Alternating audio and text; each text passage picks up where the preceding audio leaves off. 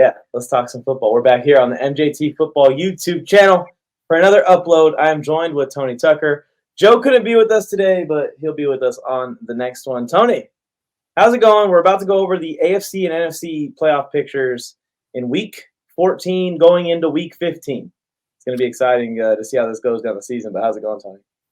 It's all about fantasy and finishing up my Christmas shopping right now, Mike. I'm about 60% done. Got a few more nieces and nephews and wife to take care of, right? I know she's not going to watch this, but I've been looking at different wine fridges for her. Yeah.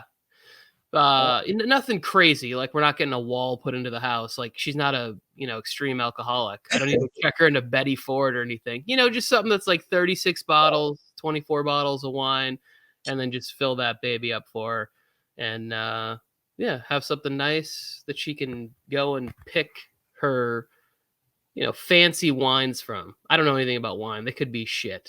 I don't know anything, but she does. I like drinking wine just so I can spin the wine in the glass and just act fancy. Yeah, they're like, oh, the notes that stick to the side of the glass as you fuck you. It tastes good. I like wine. It tastes pretty good. My acid reflux is getting too bad for wine. I can't handle. I'm old, Mike. Nothing is fun for me anymore. This sounds like a Chargers fan's problems nowadays. Christmas shopping, fantasy teams, acid reflux. This is all the Chargers, the list of problems that Santa could solve for Chargers fans right now. All right, let's get into this, Tony. We got starting here at the top. We're sick. Done. Starting at the top here. We got our division leaders as of right now. In the first seed, the Ravens and 49ers currently sit, leading the West and the NFC and the North and the AFC. And for the second seed, we got the Cowboys and Miami Dolphins in the AFC. Chiefs and Lions are right now sitting in the 3 seed. And we got Jaguars, Buccaneers as the lowest division winning seeds right now. Any surprises here to start this off? I think that the biggest surprise for me out of this group, if I had to pick one, would probably be that the Chiefs are in third.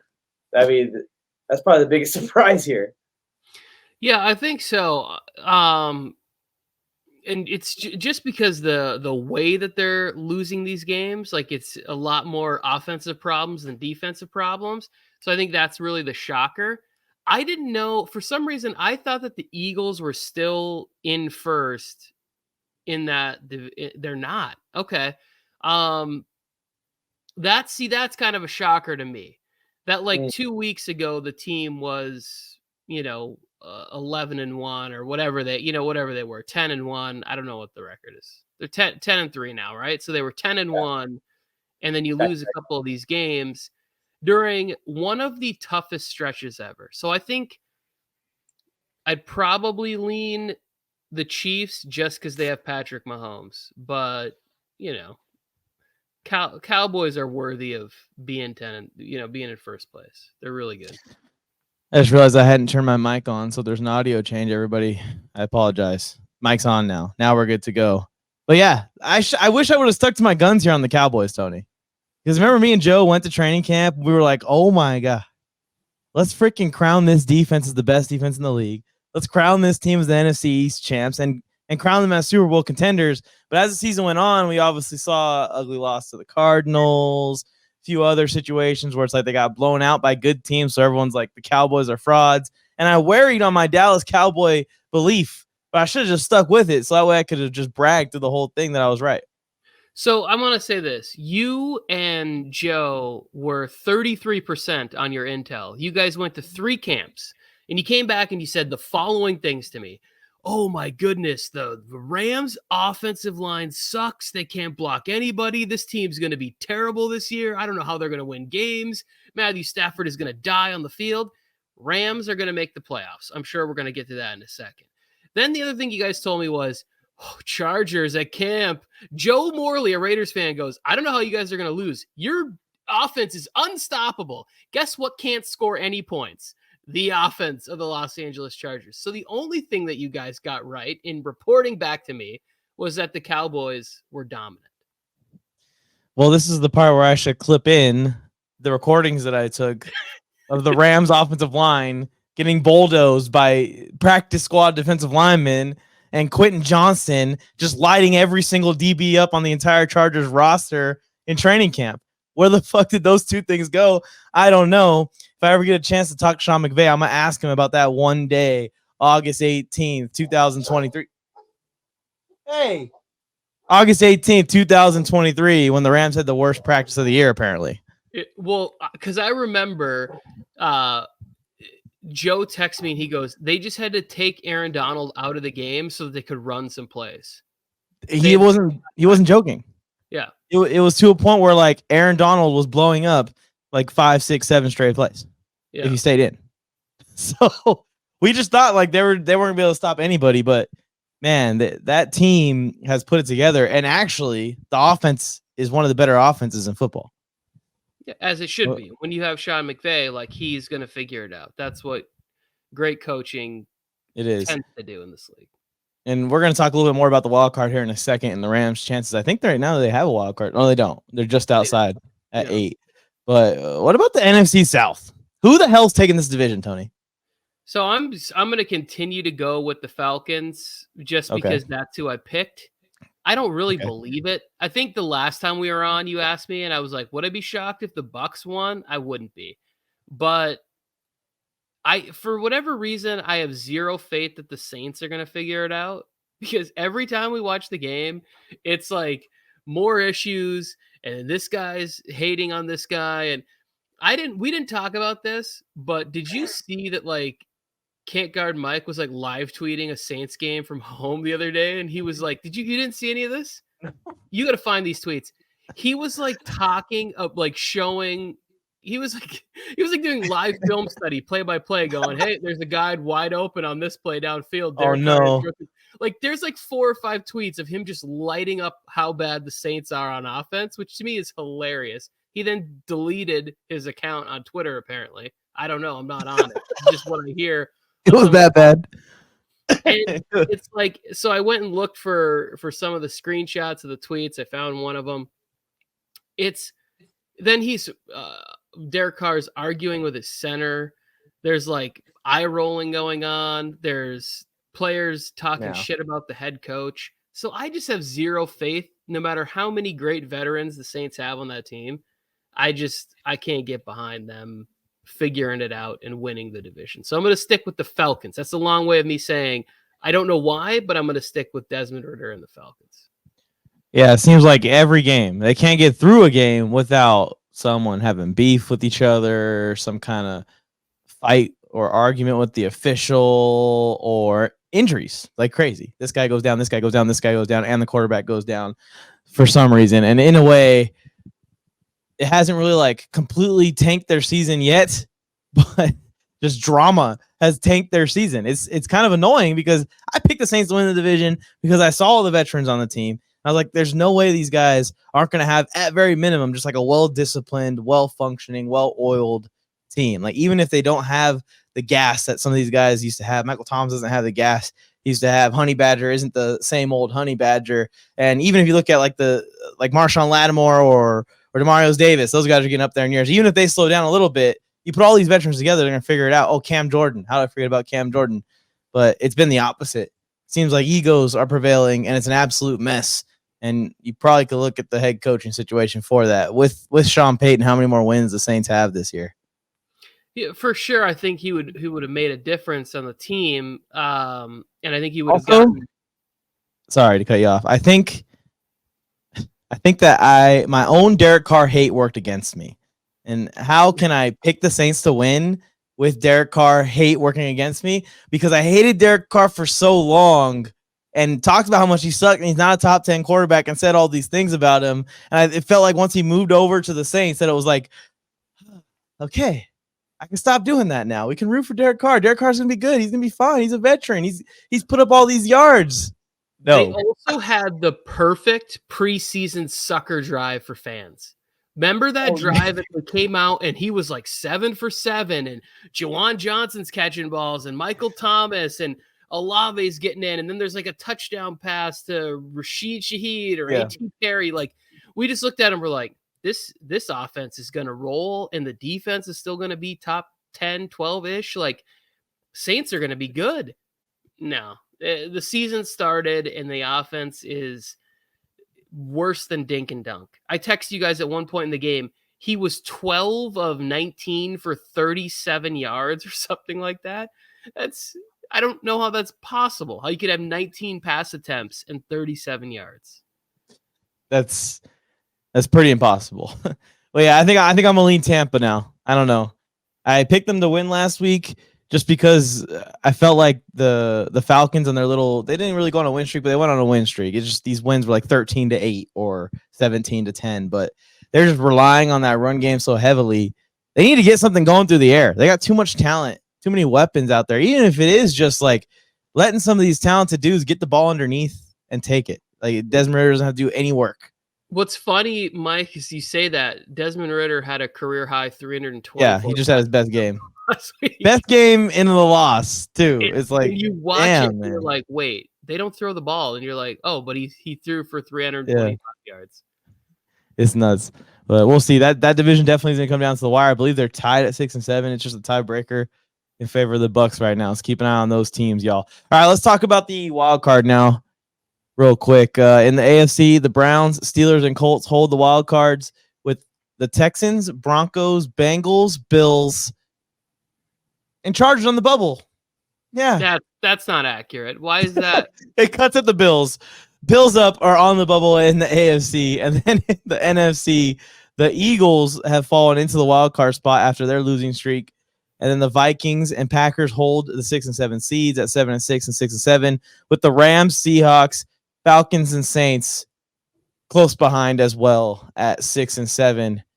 Tony, let's talk about the backup quarterback play right now. As of right now in the playoffs, we have the Browns, Steelers, Colts, Vikings. That's it, right? We have 4 teams who are currently in the playoffs with backup quarterbacks. So you're not counting Brock Purdy as a backup anymore? No, we won't count Brock Purdy as a backup. Okay. Sam Darnold's a backup.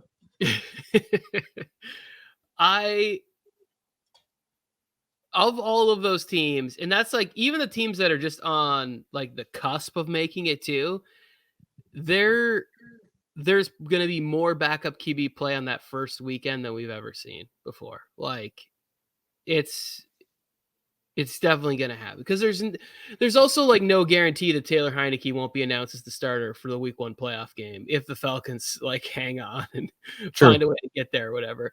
But I think of all of these quarterbacks, the most impressive thing that I'm seeing is 39-year-old Joe Flacco, like still getting it done, right? Yeah. And then I would say, to me, it's impressive that he can still do it, but also like I think I've always believed in Kevin Stefanski. You know, like I'm the crazy person who picked the Browns to win a Super Bowl a few years ago, like or to be in the Super Bowl. The second one that is really quite crazy to me is Browning in the Bengals, because it is the situation that you would think you want your team to be in no matter what, where it's like, hey, the starting quarterback goes out and we're just going to be slightly less functional.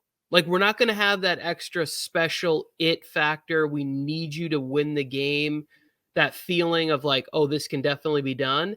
But can we go out there and we're going to feel good about scoring 24 to 28 points in this game? Like it just feels kind of like the generic version of having Joe Burrow quarterback. Like it's still good. Exactly. It just doesn't have the big name brand on it. Yeah, that first game against Jacksonville was so exciting, and then they just took out the Colts this last weekend. It's caught me by surprise as well, Tony, what Jake Browning's been doing. And you're right. It's like he wears number 6 too. They just flip the 9 upside down, and they're both Walmart JP. Joe Burrow. So yeah, they're both JP. In a couple of weeks, they're going to Kansas City. That might become Browning head instead of Burrow head. That's a good one. I'm writing that one down on the TikTok list. Browning head. Okay, that one's gonna make the cut.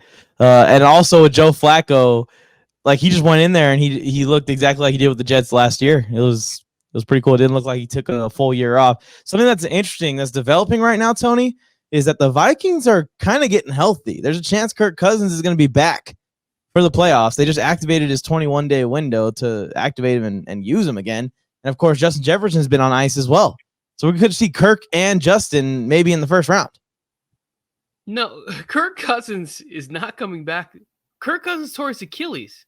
Yeah, I know, but that's why I was saying too. No, I don't know. I don't know why that. It's Aaron Rodgers. Aaron Rodgers has been sharing the roids that he's been using with Kirk.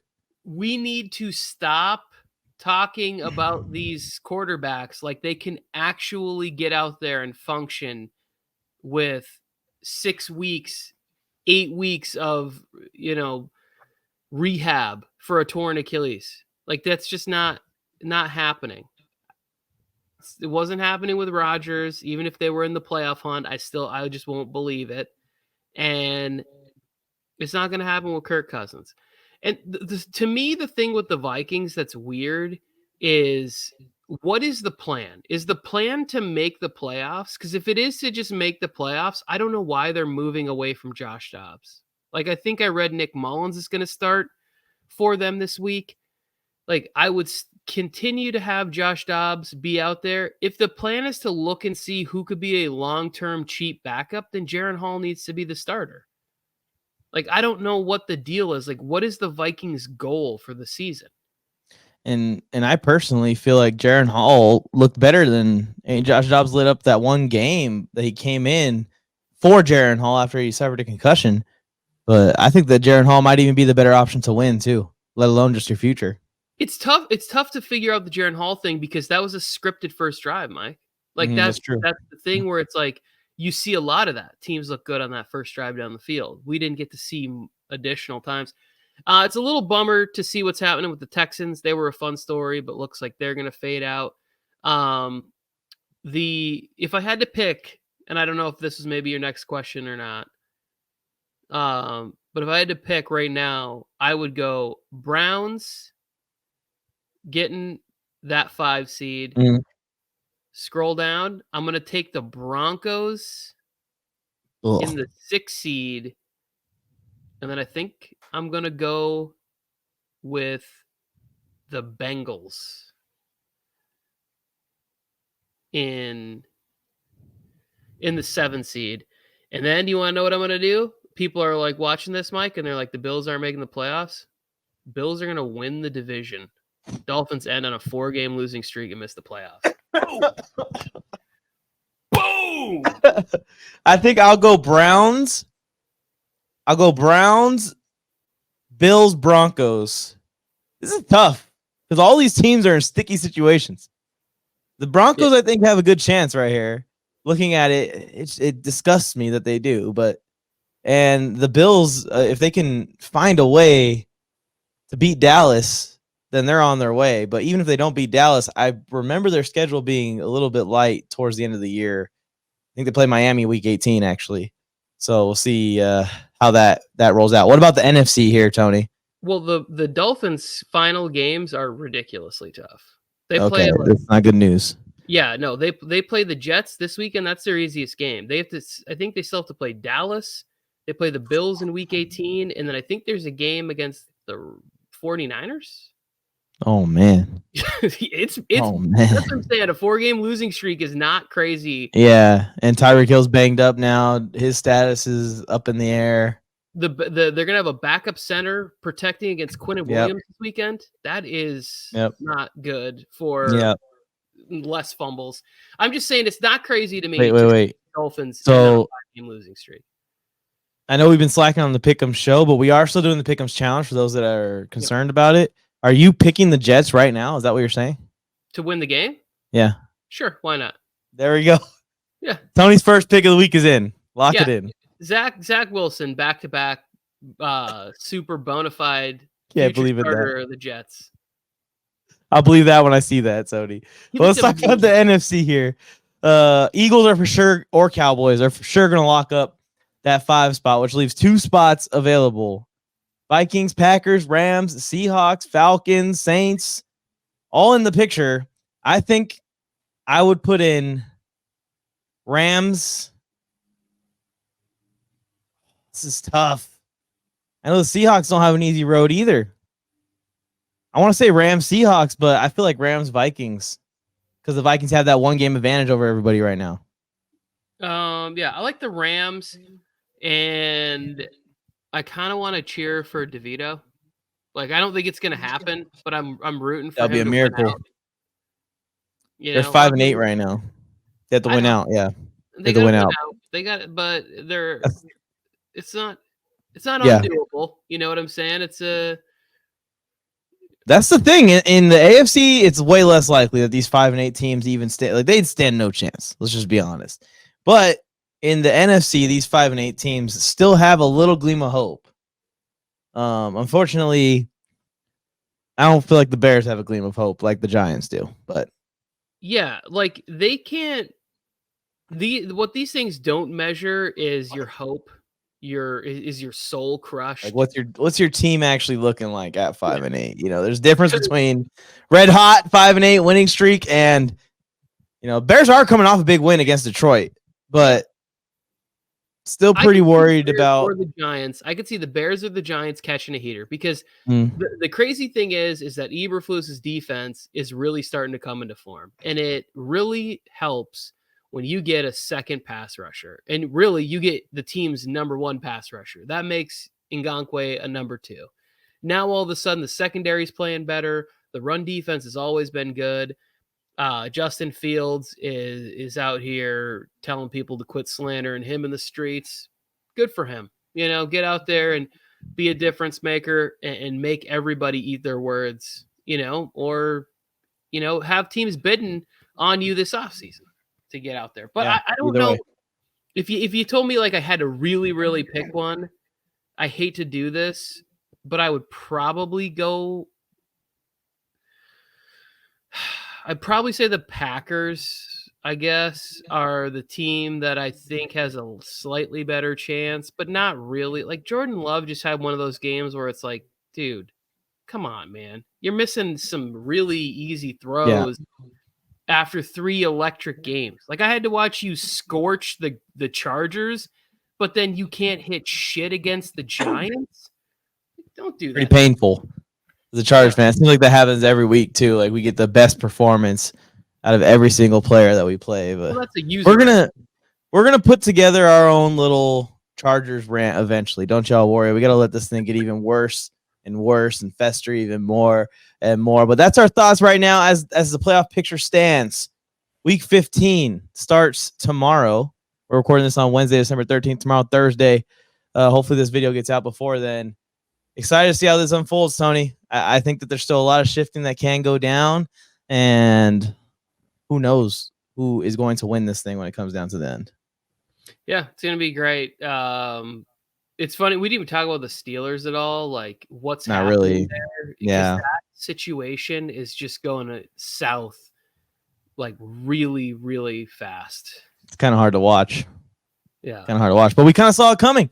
Everyone saw it coming because the offense struggled so much up until this point. They weren't going to be able to keep winning these games in that style.